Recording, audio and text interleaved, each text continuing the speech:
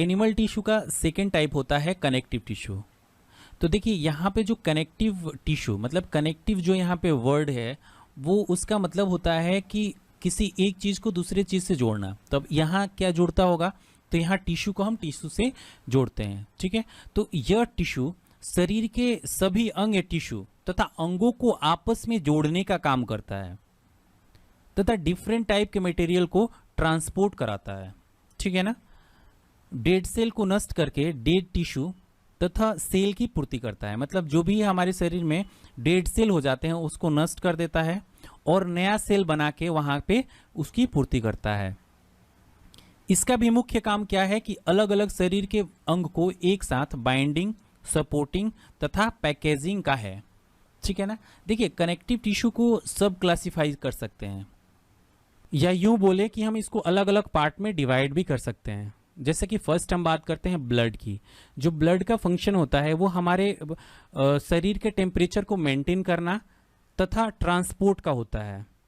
Second हम बात करते हैं बोन्स की। बोन्स जो होता है वो हमारे शरीर को शेप प्रोवाइड करता है, ठीक है ना।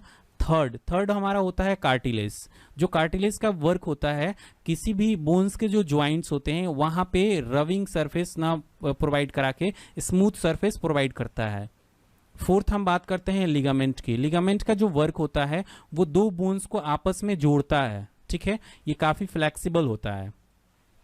फिफ्थ हम बात करते हैं एरियोलर की। जो एरियोलर होता है कहीं हमें चोट लग जाता है तो चोट को भरने में सहायता करता है।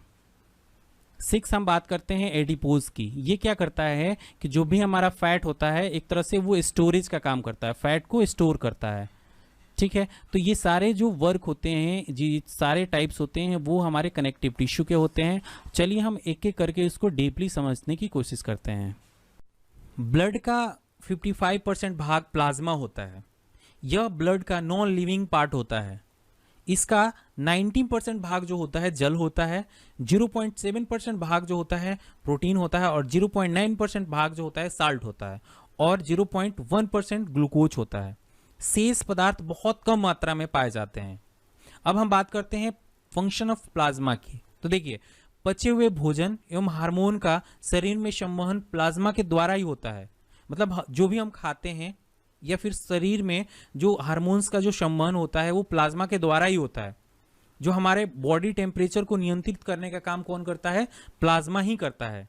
तथा घाव कहीं कट जाते हैं तो घाव भरने का काम कौन करता है, प्लाज्मा ही करता है। तो एक यहाँ पे बात आती है सेरम। तो सेरम क्या होता है, तो जब प्लाज्मा में से फाइब्रिनोजेन नामक प्रोटीन निकाल लिया जाता है तो शेष प्लाज्मा को हम सेरम बोलते हैं। क्या क्या निकाल लिया जाता है, फाइब्रिनोजेन नामक प्रोटीन जब हम निकाल लेते हैं प्लाज्मा में से तो शेष जो प्लाज्मा बच जाता है ना उसको हम क्या बोलते हैं, सेरम बोलते हैं, ठीक है।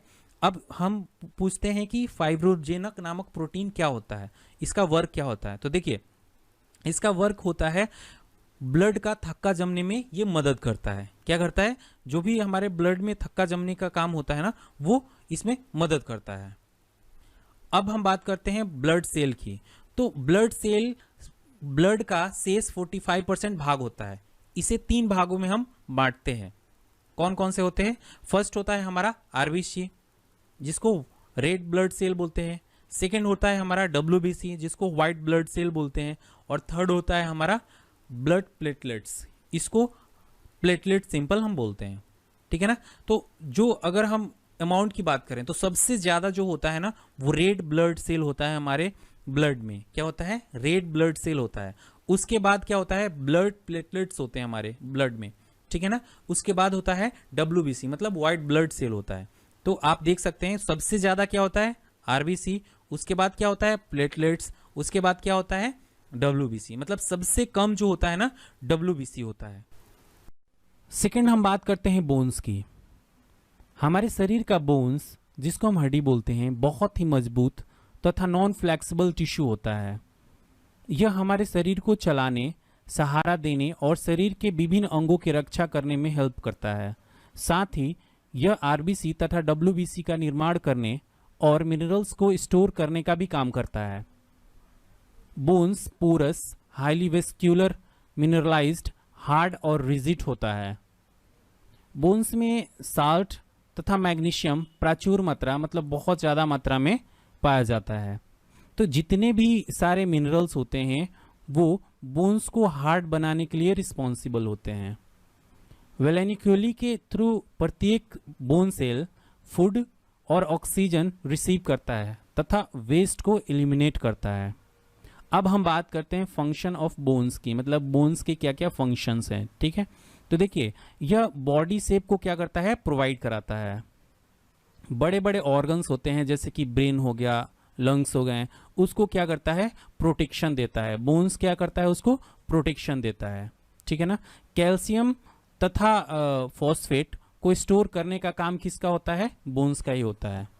एक वयस्क मानव के शरीर में 206 हड्डियां होती हैं, ये याद होना चाहिए। ठीक है, नेक्स्ट हम बात करते हैं कार्टिलेज की। तो देखिए कार्टिलेज जो होता है स्केलेटन टिश्यू का ही एक पार्ट होता है। स्केलेटन टिश्यू मतलब इसमें क्या क्या पाया जाता है, तो इसमें बोन्स और कार्टिलेज के बारे में हम डिस्कस करते हैं। ठीक है, तो कार्टिलेज जो होता है वो प्रोटीन से मिलके बना होता है। क्लियर है। और ये हमारे शरीर के अलग अलग भाग में पाया जाता है। जो कार्टिलेज होता है ना, हमारे शरीर के अलग अलग भाग में पाया जाता है। जैसे कि ईयर हो गया, कान हो गया हमारा, पीना हो गया, नोज टिप हो गया, जैसे कि नाक के ऊपर कार्टिलेज पाया जाता है। या एपिग्लॉटिस हो गया। एपिग्लॉटिस कहने का मतलब ये हुआ कि जो हमारा वॉइस बॉक्स होता है ना, वॉइस बॉक्स में हमारा क्या पाया जाता है, कार्टिलेज पाया जाता है। जब भी हम बात करते हैं तो कार्टिलेज क्या करता है, उसको मैनेज करने का काम करता है वॉइस बॉक्स को।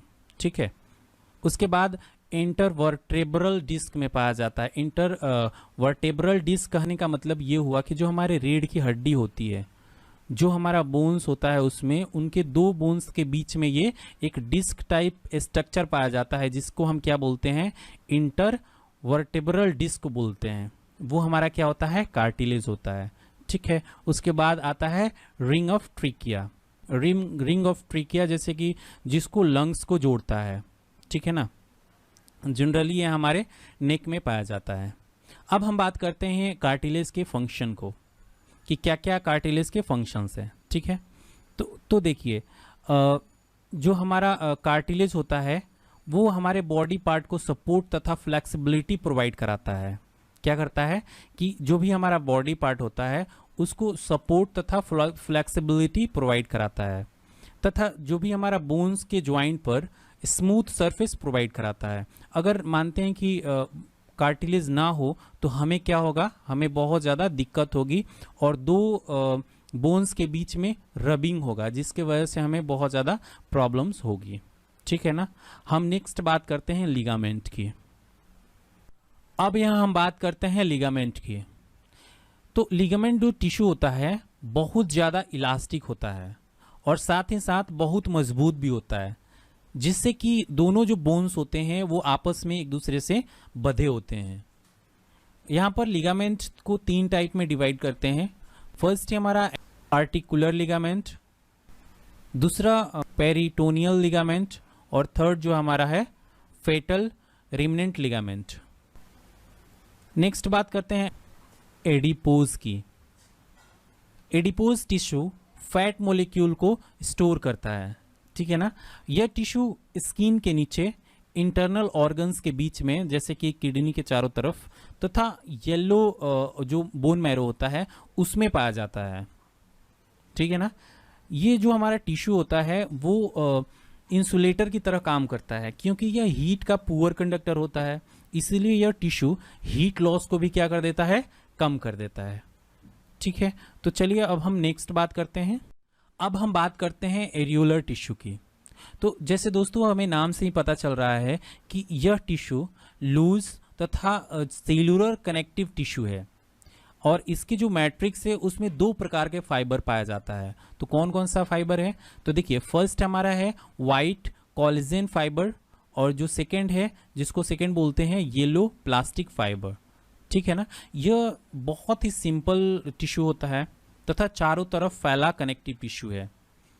ठीक है, यह टिश्यू स्किन मसल्स को जोड़ता है, और जो हमारे मसल्स होते हैं, ब्लड वेसल्स होते हैं और नर्व्स होते हैं, उसमें पाया जाता है। ठीक है, अब हम इसके फंक्शन के बारे में थोड़ा सा समझते हैं। तो देखिए यह टिश्यू जो होता है ना, वो पैकिंग तथा सपोर्टिंग की तरह एक्ट करता है।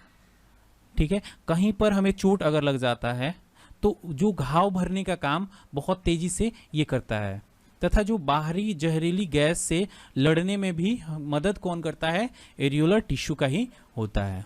ठीक है, तो हमने टोटल कनेक्टिव टिश्यू को कंप्लीट कर लिया। दोस्तों, अभी तक आपने हमारे चैनल को सब्सक्राइब नहीं किया है तो प्लीज़ हमारे चैनल को सब्सक्राइब कर लीजिए और उसके साइड में एक छोटा सा बेल आइकन है, उस पर क्लिक कर लीजिए ताकि टाइम टू टाइम आपको नोटिफिकेशन मिलता रहे। हमारे वीडियो देखने के लिए थैंक यू।